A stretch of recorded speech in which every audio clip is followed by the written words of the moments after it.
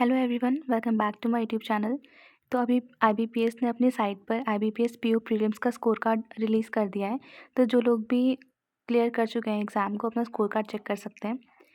तो रीजनिंग की जो कट ऑफ गई है जनरल कैटेगरी से वो 9.75 है, इंग्लिश की 13.25 और कॉन्ट्स की जो कट ऑफ गई है वो है 6.25 और टोटल जो स्कोर है वो 49.21 चाहिए इसको क्लियर करने के लिए प्रीलिम्स को।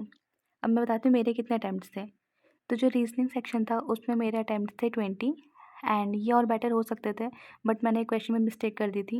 मतलब खुद की नंबर्स मैंने गलत लिख दिए थे तो मुझे दोबारा पूरा सॉल्व करना पड़ा था। नेक्स्ट है क्वांट्स। क्वांट्स में मैंने अटैम्प्ट्स किए थे 21। यहाँ पर जो भी मैं क्वेश्चन करती हूँ मैं ट्राई करती हूँ अपना एक्यूरेसी से ही करूँ। और इंग्लिश में मैंने किए थे 29। हाँ, तो अब जो टोटल मेरे अटैम्प्ट्स हो रहे थे वो 70 हो रहे थे। अब मेरा देख लेते मेरा इंडिविजुअल स्कोर क्या है। तो फर्स्ट रीजनिंग में मेरा 18.86 आया है, इंग्लिश में 25.75 और क्वांट्स में बहुत ज़्यादा कम 14.14 और जो टोटल स्कोर है मेरा 58.75 है।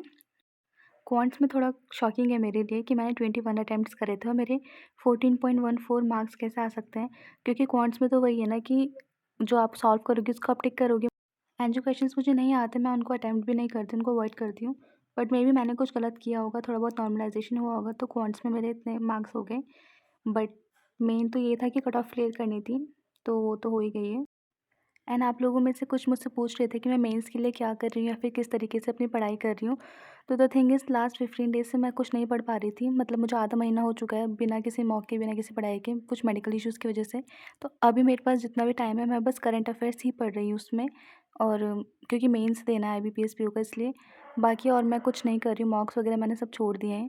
तो फिर यही मैं कर रही हूँ, स्मार्ट कीड़ा से मैं करंट अफेयर्स पढ़ रही हूँ। Thank you so much for watching till the end.